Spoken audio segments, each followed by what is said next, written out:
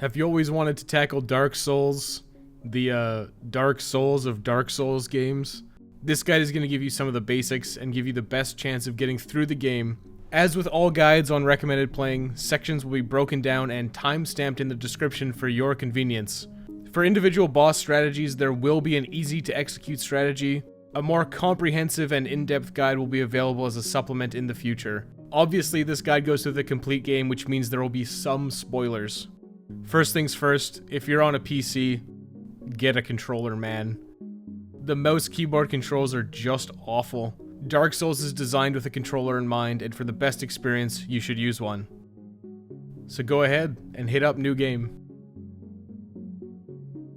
Right off the bat, you're bombarded with tons of information, choices to make, and you have absolutely zero context as to how any of this functions or relates to the game.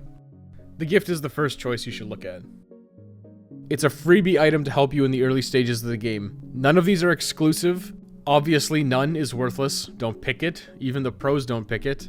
The next three are all consumables. Goddess's Blessing is an elixir that fully restores your health and status. Don't pick it. You'll never use it, and if you do, you'll feel bad that you wasted it. Next is Black Firebombs. These are consumables that deal a moderate amount of area damage. These can be helpful in a few circumstances, but don't pick them unless you're absolutely struggling with the Asylum demon. Again, we'll get into that a little bit later. Twin Humanities act as a full heal and give you 2 soft Humanities to your counter. Humanities are primarily used to restore your character to human form and kindle bonfires, which lets you have more Estus. Humanities are quite abundant in Dark Souls, and they can be farmed, so don't bother picking these. The binoculars would be kind of interesting, but you can find a pair immediately after reaching Firelink Shrine, so don't take them. The pendant is actually useless and really serves no purpose, so don't bother taking it. The Master Key is by far the best and most useful gift because it allows you to do some sequence breaking. It doesn't open every locked door, but it opens a good few of the optional ones. Finally, the rings aren't worth taking. The description on the Tiny Beings ring is actually wrong. It doesn't give you gradual health regeneration, it instead gives you a maximum HP bonus. The HP bonus is paltry and not worth one of your extremely valuable ring slots. You can get it for free as a reward from an NPC's questline later on. The old Witch's Ring doesn't give you any combat advantage and instead lets you understand an NPC. You can get it in-game by completing Solare's questline and trading an item to the Crow after returning to the Asylum. You're better off just looking up the dialogue on YouTube since you can interact with that NPC regardless of having the ring or not. Master Key is the obvious choice here, and it's recommended for the sake of this guide as it will be used in the upcoming parts. If you're really struggling with the Asylum demon, then taking Black Firebombs will allow for an easy win. Character classes are essentially just your starting loadout. You're given some variants to equipment and starting stats.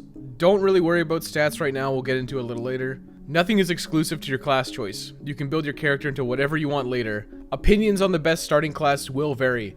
Personally, the Warrior, Knight, and the Pyromancer are my top picks for a first-time player. The Warrior has a good balance of melee stats and versatile equipment. It has a 100% physical blocking shield, armor that's relatively high in defense and low in weight, and a weapon that's got a decent slashing R1 and a stab attack when you use R2. The Knight is the only class that starts with armor that gives poise, which lets you shrug off some hits. It has decent melee stats and higher survivability than Warrior at the cost of some mobility. It still has a 100% physical blocking shield, but the weapon is a bit less versatile than the Warrior's. The Pyromancer can be built into either a melee character or sorcerer really easily. It starts off at level 1, which gives you some easier levels and customization options at the start of the game. The X is okay. The shield's not great. You do start with a Pyro Flame and the Fireball spell, which is useful in the early stages of the game. It does take a while to get access to more Pyromancy, so it does stagnate for a while.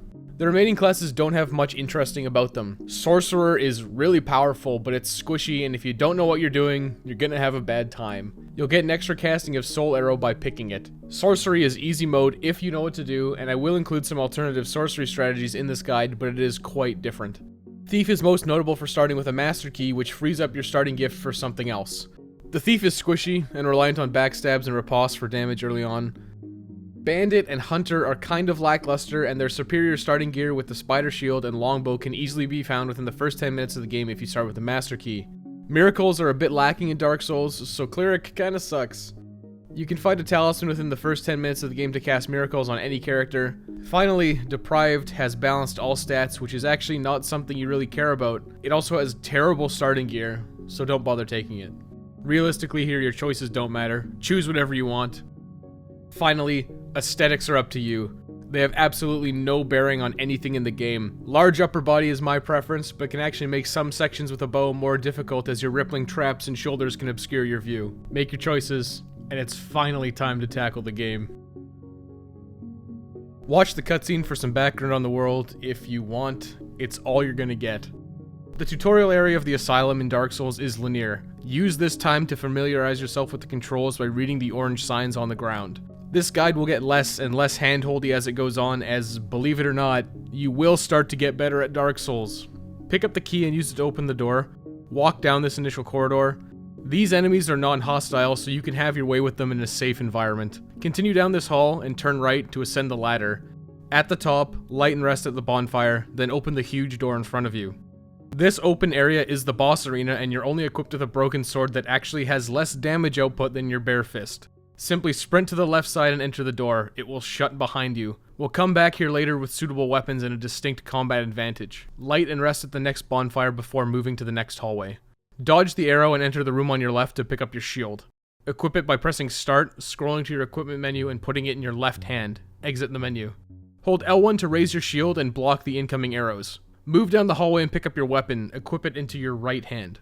At the end of this hallway, turn left, continue holding up your shield, block the arrow, then kill the hollow archer with your sword by pressing R1 until it dies. This is a fundamental aspect of Dark Souls strategy. Block the initial attack, counter when you have an opening.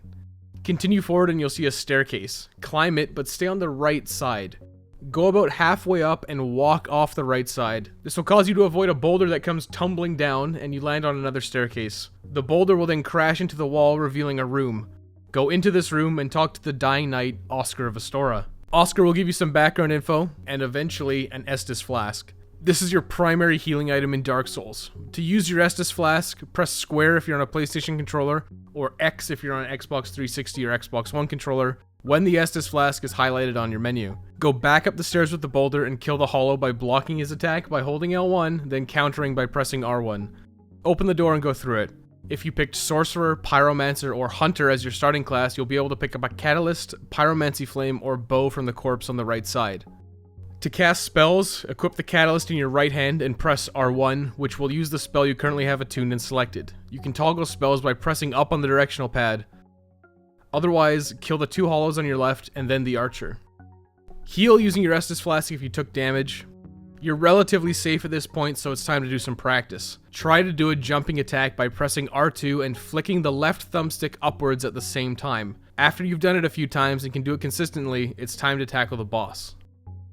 Now you have to face the Asylum demon for real. The sign tells you to do a plunging attack, but that isn't quite good enough. There is a trick you can do here to get a second hit on the plunging attack. Enter the fog. Press Y or triangle to two-hand your weapon. Walk towards the edge and perform a jumping attack by flicking the thumbstick and pressing R2. You'll jump off the edge and towards the Asylum demon. On the way down, continually tap R1 and you should hit the boss twice. This causes a huge chunk of his HP to be taken off. Once you're on the ground, the fight starts for real. The strategy for the Asylum demon is extremely simple. Target him by pressing in the right thumbstick and then continually strafe to your right and get behind his huge backside. When you're behind him, he has no way of hitting you.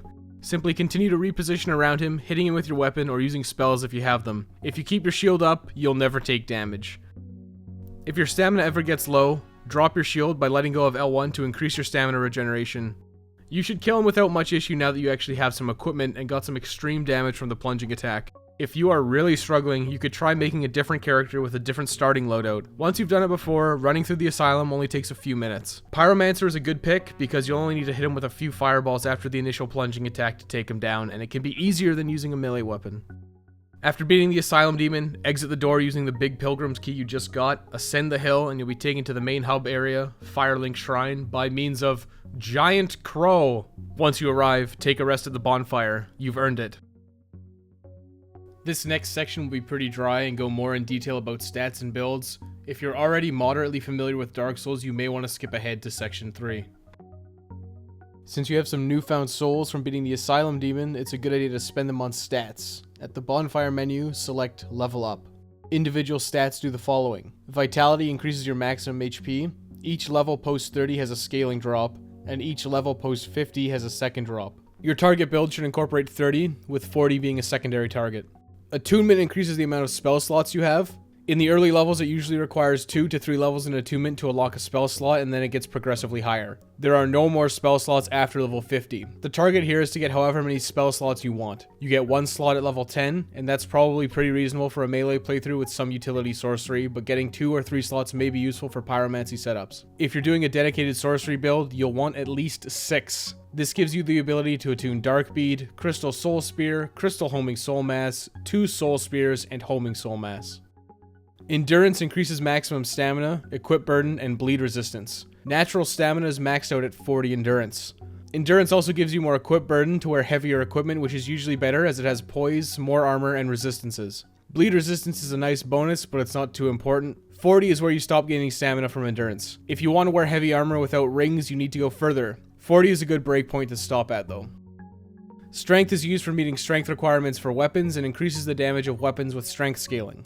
Gains slow after 20 and there's a harsh drop after 40. You only ever want to level strength above your weapon's requirements if you're going for a dedicated strength build. Otherwise, just take the minimum required to use the weapon that you want. The build we're using aims for 16 strength. Go higher if you want to use bigger weapons or are going for a dedicated strength build.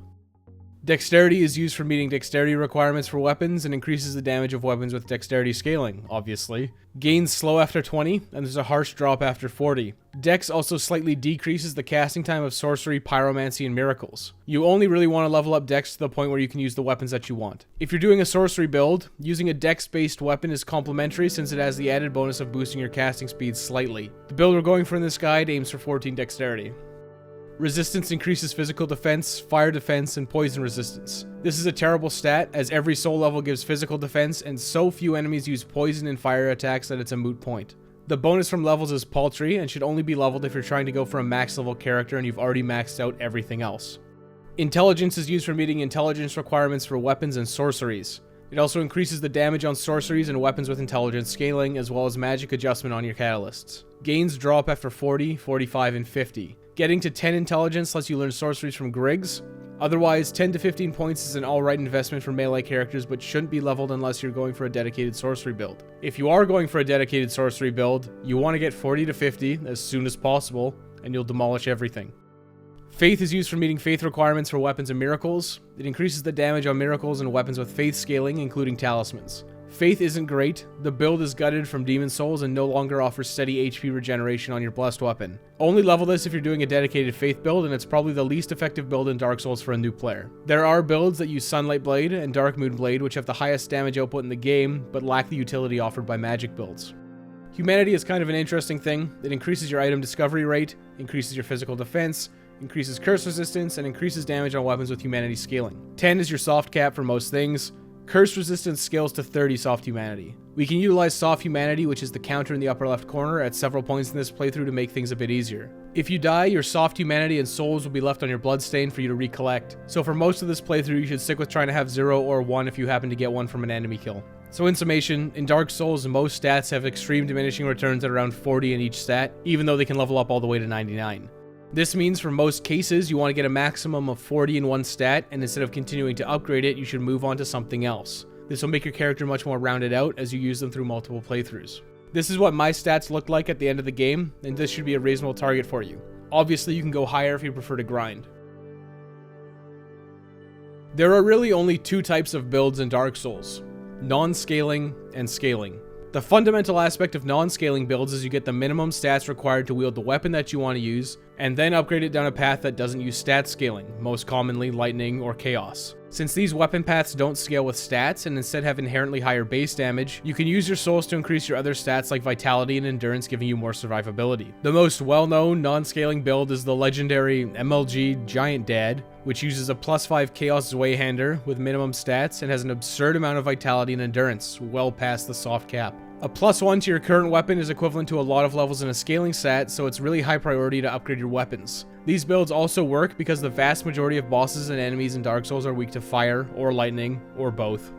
Scaling builds focus on increasing stats that benefit your weapons. These builds do have superior damage output, but require heavier stat investment for the same rewards. Most late game and new game plus builds will be scaling, but non-scaling builds have a lot of benefits in the early game and especially a first playthrough. These builds have a much higher damage output because they have a +15 scaling weapon and the ability to buff them with spells like Crystal Magic Weapon or Dark Moon Blade. Sorcery is a bit of a mix of scaling and non-scaling. You can use the same non-scaling weapons, but instead of gouging vitality and endurance, you invest heavily in intelligence and attunement to get access to powerful magic spells. This gives you strong melee weapons from non-scaling builds and magic, but you do suffer from low stamina and health totals. It's definitely a glass cannon build. Pyromancy again is also different. The only stat you need to invest in to be a successful pyromancer is attunement for additional spell slots. Pyromancy damage in Dark Souls is tied entirely to the level of your pyromancy flame. This means it's strictly a soul investment and you won't need to invest levels to make it useful. A maxed out pyromancy flame will do the same damage on a level 1 character as a level 712 maxed out character. For the purposes of this guide, we have some stat targets. We want to get at least 16 strength and 14 dexterity. This gives us the ability to use a good chunk of weapons, including the longbow and fairly notorious Drake Sword. If you find a weapon that you like that has higher stat requirements, you'll want to adjust the build to accommodate that. A few points in intelligence and attunement can be useful for some spells, but won't be necessary. The rest is up to you, but for the sake of your survivability, I'm going to suggest favoring vitality and endurance so you have more health and defenses to tank hits, more stamina to dodge an attack, and you can wear heavier armor for survivability while being able to roll quickly. You will want to favor pushing for the 16 strength and 14 dex as soon as possible though. Equipment load is important because it dictates your rolling speed. You want to have the fastest rolling possible. Without some of the special rings, you'll have to invest heavily in endurance to be able to fast roll in even the lighter armors and weapons. The majority of the early game can be tackled with just your shield. Later on, enemy attacks deal more damage and rolling is required more often than not for some of the scarier attacks. We also want to get armor that has some poise if possible. Poise lets us shrug off some basic attacks from enemies as opposed to getting stunned. This lets you win trades when you hit each other at the same time, and it can be a lifesaver. There are a ton of armor sets in Dark Souls. Some are better than others. I will be recommending sets for certain specific encounters. But basically find a set that you like that hopefully has some poise. Upgrading armor will also provide significant survivability gains and is recommended if you're struggling. In this guide, I forego a lot of armor upgrades early, but I do get more as the game goes on. Also, enemies can have poise too, so be aware of that. You can't stun lock everything easily. There are some fundamental aspects of combat that you should know about before we get started. Post Asylum, you're going to be dealing with a lot more enemies. The Asylum gave you a very brief foray into taking on multiple enemies at a time, but it's a fundamental part of the Dark Souls adventure. One-on-one combat, or duels in Dark Souls, are extremely easy and exploitable. The easiest way to take on most enemies is to wait for them to attack, block it with your shield, then counter hit them. This will work on most lesser enemies and even some bosses effectively. Then you just repeat this until they die. Having to deal with 2 or more enemies puts a wrench in those plans pretty darn fast. Pulling single enemies is always a beneficial strategy. You can do this in 2 ways. The first is just to approach groups cautiously and slowly move forward. Once the enemy is aggroed and chasing you, just pull back to ensure the rest don't follow you as well. Dispatch that enemy and then move on to the next one. The second method is easier and much more effective. It's to shoot them with a bow. Bow pulling will be used at several points in this guide, mostly because it's just easier to deal with it. In fact, bow cheesing is a viable strategy for a deceptive number of enemy and boss encounters that can be pretty hard otherwise. But your shield will be your best friend for most of the early game and well into the final stages of your game. Blocking attacks is always useful. Keeping your shield up slows your stamina regeneration. Keep it up only when you need to block something. Knowing when to lower your shield to get faster stamina regeneration is an excellent tactic. Keeping your shield up at all times while blocking hits will result in getting your guard broken once your stamina runs out. You never want this to happen as it leaves you vulnerable to hits. Stamina management is important to Dark Souls. You always want to have enough stamina left to dodge out or block a critical attack. It's really easy to go in hard, then run out of stamina, but try and play more conservatively, especially if you're struggling. Taking a free hit or 2 on an enemy, then backing out will let you maintain your stamina easier for any reprisals. There are several stats for shields. There are individual block percentages for each element: physical, fire, lightning, and magic. Stability, which corresponds to how much stamina is drained from each block. The higher your stability, the less stamina is drained. Deflection is another stat that's kind of hidden. The larger shields have higher deflection, which can knock back enemy attacks and can create openings. Just like weapons, shields have stat requirements. The 16 strength target we have for this guide will let us use most of the lighter shields, but great shields will mostly be off the table, except for the Eagle Shield. There isn't a lot of elemental damage in Dark Souls. Your main goal is a high stability, 100% physical block shield. Consider elemental and magic damage totally secondary. It will be useful at some points, but we'll deal with that on a case-by-case basis. Weapons are subjective. You will want to find one that you're comfortable with using and use that. Test out the movesets for weapons as you pick them up. There are advantages and disadvantages to each type. Weapons like spears and rapiers have attacks that can be performed while keeping your shield up, but lack sweeping attacks. For the sake of this guide, I'm going to suggest you get and upgrade 4 weapons. The first is the Drake Sword. This is a kind of new player trap. It's a useful tool in the early stages of the game that you need to get rid of at some point because it stops being good, and it's too hard to upgrade. Number 2 is the Lightning Spear, which is really good for a really brief period of time. It is capable of getting you through the game, but there are better options available to you later on. Number 3 is Quelaag's Fury Sword, which isn't available until about the midway point. Quelaag's Fury Sword will be critical for a strategy on several bosses. Make sure that you do not consume Quelaag's soul, as you won't be able to build the sword without it. The 4th is a wild card. It's your choice what to use here, but it will be used for the entire game as a supplement to these other weapons. In the following section, we'll be gathering a bunch of items, and I suggest that you try them out. I end up using a Claymore upgraded to +5 lightning. It has a versatile moveset, decent damage, and most enemies are weak to lightning. But you're going to have to try things out and make your own choice. The weapons stated will act as a baseline to get you through the game regardless of your choice. Most of your combat will be lock-on based, but a few encounters are actually easier without lock-on. I'll note these in the guide, but sometimes you'll want to try not locking on, as it makes some fights easier, most notably any really large enemy. Enemies with shields and spears can be tough to deal with. The best way to take them out is to kick their shields until their guard breaks, then start swinging. A kick is very similar to a jumping attack. It's a forward flick of the left thumbstick and an R1 press. This is useful for a lot of the NPC invaders and the spear hollows in the Undead Burg. It's a good tool to remember if you ever come across a smaller guy with a shield. Big guys with shields are much harder, so we have to deal with them on a case-by-case basis. Not all weapons will have a kick. Some have a silly backflip thing that's much less useful, so keep that in mind as well. Riposte and backstabs are overpowered. You're given iframes while performing them, and they deal an absurd amount of damage. Backstabs are actually really easy to pull off on most single enemies, as you can just hold up your shield, strafe around them, and then when they attack, or you just happen to snuggle into position, you can unleash a backstab. Ripostes are harder to pull off, but the end result is exactly the same. To pull off a riposte, you need to parry an enemy's incoming attack. You can parry with most smaller shields, as well as some offhand curved swords and daggers. The parry window for some equipment is different, so you may want to try out the target shield and parrying dagger. I find that a standard shield feels the best because that's just what I'm used to. You'll have to get used to the timings for parries, unfortunately. A lot of them are very forgiving and can happen really early in the attack animation, making you look almost omniscient. After a successful parry, which you'll know by a rather iconic sound and the enemy's weapon being blasted away, simply press R1 and you'll do the riposte animation, dealing critical damage. Getting a good handle on parrying and riposting as well as backstabbing will give you a lot of advantages, and it's recommended to do some practice on the first few hollows in the game. I will be suggesting a good number of parrying and backstab strategies at various points. Keep in mind, you too can be parry riposted and backstabbed. This is most notable with the Balder Knights and Undead Thieves. They have a parry stance as a tell, but approach these two enemies with caution. There are also just some minor nuances you'll have to get used to. Dark Souls does have a tendency to eat inputs occasionally, so be aware of that. Then occasionally you'll also buffer inputs, so you may accidentally roll multiple times in a row without intending to. Be aware of these things in the back of your mind and try to be more careful with your inputs, instead of mashing attack or mashing dodge in a panic.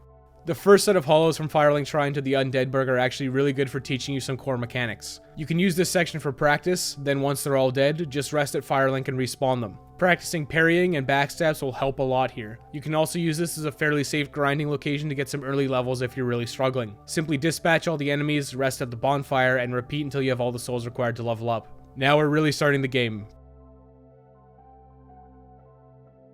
Dark Souls loves to lord over you that you'll lose all your souls and humanity when you die. Death is kind of a Dark Souls meme. Here's a pro tip.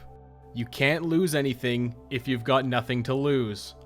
Since you just spent all your souls from the Asylum demon on levels, you should be at sub 500 souls at this point. It's a perfect opportunity to run around the surrounding areas and pick up some desirable items without the stress or fear of losing anything. Running past dangerous enemies is a viable strategy that we will employ at several locations later on. For this part, you'll want to unequip most of your gear so you can run and roll at maximum speed, but make sure to keep your shield equipped.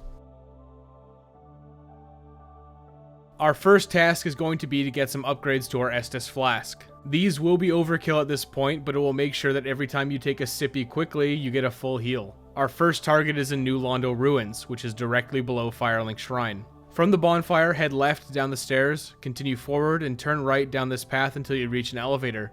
Step on the pressure plate, and descend into New Londo Ruins. At the bottom, head straight down the stairs and then turn left once the area opens up. You can pick up an S-Stock here on the right.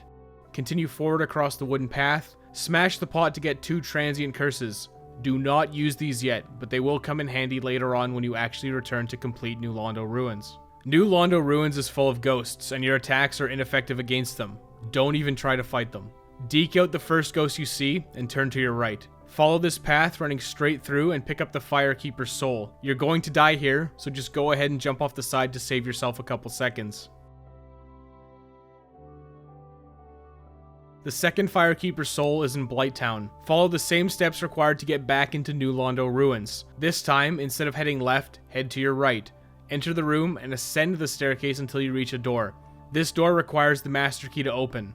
Walk outside, go around the door and pick up a consumable soul. Cross this bridge and sprint past the poison giants until you reach a derelict tower made of boards. This descent can be difficult and it's likely you die here. We will come back here later as part of required progression, so if you don't want to do this part, you're free to skip to the next section. Eventually, you'll reach an old sewerway. You'll know you're close because you'll get a bunch of darts shot at you and Toxic will flash across your screen. Proceed forward, heal if necessary, and run into the alcove on your left. Jump off the cliff and try to land on these dogs. You'll stun them briefly, giving you enough time to pick up the Firekeeper soul before your inevitable death. And more importantly, your free warp back to Firelink Shrine. Back at Firelink, head back down again, but this time stop just after the stairs. Talk to the Firekeeper and upgrade your Estus Flask to +2. This will dramatically increase your healing from your Estus Flask. The maximum upgrade to your Estus is +7, but you'll only ever be able to reach +6 on New Game. You'll have to wait until New Game Plus to get that last upgrade. Head back down to New Londo Ruins and then to the Valley of Drakes. After crossing the bridge, instead of going into Blighttown, head left down the pathway. There are some very good pickups here, but they can be dangerous to get. The zombified dragon here is non-aggressive until you attack it or go for his treasures. The Dragon Crest shield is a nice pickup, and the Astora's Straight Sword can be decent if you're going for a faith build. Otherwise, just proceed forward. You'll want to deke out these drakes, but they're easy enough to handle. Just continue down this linear path, hugging the right wall, and eventually you'll come across an old elevator. Take it. Rest at this bonfire. You can now head back down to the Valley of Drakes. Run across this bridge, picking up the bandit set and more importantly, the spider shield. The spider shield is a very good shield, and it's likely to be better than your current shield, so equip it at your earliest convenience. You can continue past this bridge and climb up the ladder on the right to get the red Tearstone ring. Equip it, since you don't have any rings at this point, but we will be replacing it shortly. Prepare to be zapped to death by dragons, heading you back to the Darkroot Basin bonfire. Now that your respawn location is saved, it's a good idea to head back to the zombified dragon to pick up the Astora's Straight Sword and Dragon Crest shield. This way, if you're killed, you won't have to worry about getting around the now aggressive dragon. Then head back to the Darkroot Basin bonfire, or just die. Continue from the Darkroot Basin bonfire and you'll encounter a Black Knight. Since our gear is terrible, the goal is to knock him off the edge to his death. You can skip this part and run past him if it's causing you too much trouble. You'll want to position yourself in a way that after he attacks, you can circle around and backstab him off the edge. It's pretty unlikely, but if you get lucky, you'll get a Black Knight halberd here. This weapon is very good, and it's capable of beating the game, and you can adjust your build to utilize it if it drops. Afterwards, head down to the little alcove and pick up the Grass Crest shield. This shield gives stamina regeneration, but has weaker blocking percentages. It is the best shield available if you want to do a build that focuses on two-handed weapons. Now go up this path and head up towards Darkroot Garden. Follow this path and hold to the left. Once it turns around, you can drop off the edge to get the longbow and hunter starting set. Go back up this path, eventually you'll come to a crystal lizard. Kill it if you can, as it provides some very valuable upgrade materials. You're hoping for large Titanite shards, Titanite chunks, and possibly twinkling Titanite if you got a Black Knight halberd. Afterwards, continue up to the Darkroot Garden and hang a left. Run past the demonic foliage, which is its actual name, and enter the building on your right. There's a Titanite demon here that will mess you up if you aren't careful. Your goal is to run around the right side and up the stairs. As long as you give it a wide berth, you should be able to get up to that staircase. Andre the Blacksmith is here, but for now, ascend the staircase and rest at the bonfire. We're almost back at Firelink Shrine. From this Undead Parish bonfire, head up the linear path to the stairs. Once you exit the building, there will be a long walkway. Just sprint past everything. It's a straight shot to the shortcut. Go down this elevator to unlock the shortcut from the Undead Parish to Firelink Shrine. There is another Firekeeper soul that you can pick up easily in the parish, but avoid it for now since it triggers an event that you may not want to deal with. Make sure to rest at the Firelink Shrine bonfire to reset your respawn position. Head back to the shortcut. Instead of going back up, drop down. You'll be in an area above the cemetery and behind Firelink Shrine. This hidden spot has a few chests for you to pillage. One contains some cracked red-eye orbs. These are invasion items but aren't particularly necessary. The next contains a talisman which is used for casting miracles as well as a morning star. The morning star is a decent weapon. It deals moderate damage and it can inflict bleed, but it has the issue that if you miss, it has a longer recovery frame than other weapons. Then the final chest has a Lloyd's talisman. You can use these to prevent enemies from healing with Estus by hitting them with it. You can also use them on Mimic chests to get the items inside without fighting them, so they're worth grabbing. We will use a few of these later on. Now be prepared to do some artful dodging because we're going to get spooked by skeletons in the cemetery. There's a lot of stuff in the cemetery, and it's going to be a mess. You're probably going to die at least twice getting everything, but it's so close to Firelink that it's not much of an issue. Finally, and this is the most optional of all the Dead Man runs, going down into the catacombs early on is quite suicidal. It will probably take you several attempts to be successful. You'll want to just run like a madman down the path in the cemetery, hold left, and eventually you'll enter a cave on the side. Now hug the right wall until you hit a forced drop and head left. Don't worry about this bonfire at all for now, but push in the switch to unlock the true way into the catacombs. Die or quit out here by entering the menu and selecting quit game. Quitting out resets enemy positions so you can use it effectively to run past a lot of stuff. If you died, get back to the previous room. This time head straight through the now open door. You'll want to run to the stone bridge. You can actually jump down here if you're quick, bypassing a massive section of the catacombs. Run into the room on your right, heal, and quit out to drop any aggro you might have. Run to the end of this hallway, deking out the Titanite demon. Pick up the Eye of Death at the end and then deke him out a second time and get in the coffin. If you're fast, your survival will be rewarded with a 20-second wait to be teleported into the Tomb of the Giants. Run to the giant sarcophagus and join the Gravelord Covenant. You'll be rewarded with the Gravelord Greatsword and the Gravelord Sword Dance Miracle. I have never used Gravelord Sword Dance, but it's actually really good. It deals a lot of randomized area of effect damage and requires no faith investment. If you have at least one attunement slot, you can use the talisman from behind Firelink and have a really overpowered spell right out of the gate. It only does 2 castings, but it can be extremely effective and will make your time in the early game a lot easier. The Gravelord Greatsword requires 24 strength to one hand and 16 strength to two hand, as well as a 10 dex investment. It is extremely strong, especially this early in the game. With it, you can almost one-shot the Taurus Demon, the boss of the Undead Burg. Obviously, that applies to most lesser enemies as well. Just like the Drake Sword, it does taper off because it requires rarer upgrade materials and it can't be buffed. After completing all of these Dead Man runs, you'll have options for weapons to try out and some beefed up healing for your Estus Flask. You will want to decide on a weapon fairly soon to use for the rest of your playthrough to maximize usage of upgrade materials. I use the Claymore, which we will get reasonably soon. Now that was really long-winded, but we got a lot of stuff that will help us out and make things easier moving forward. It's time to go through the intended route of the game, starting with the Undead Burg. In the next video.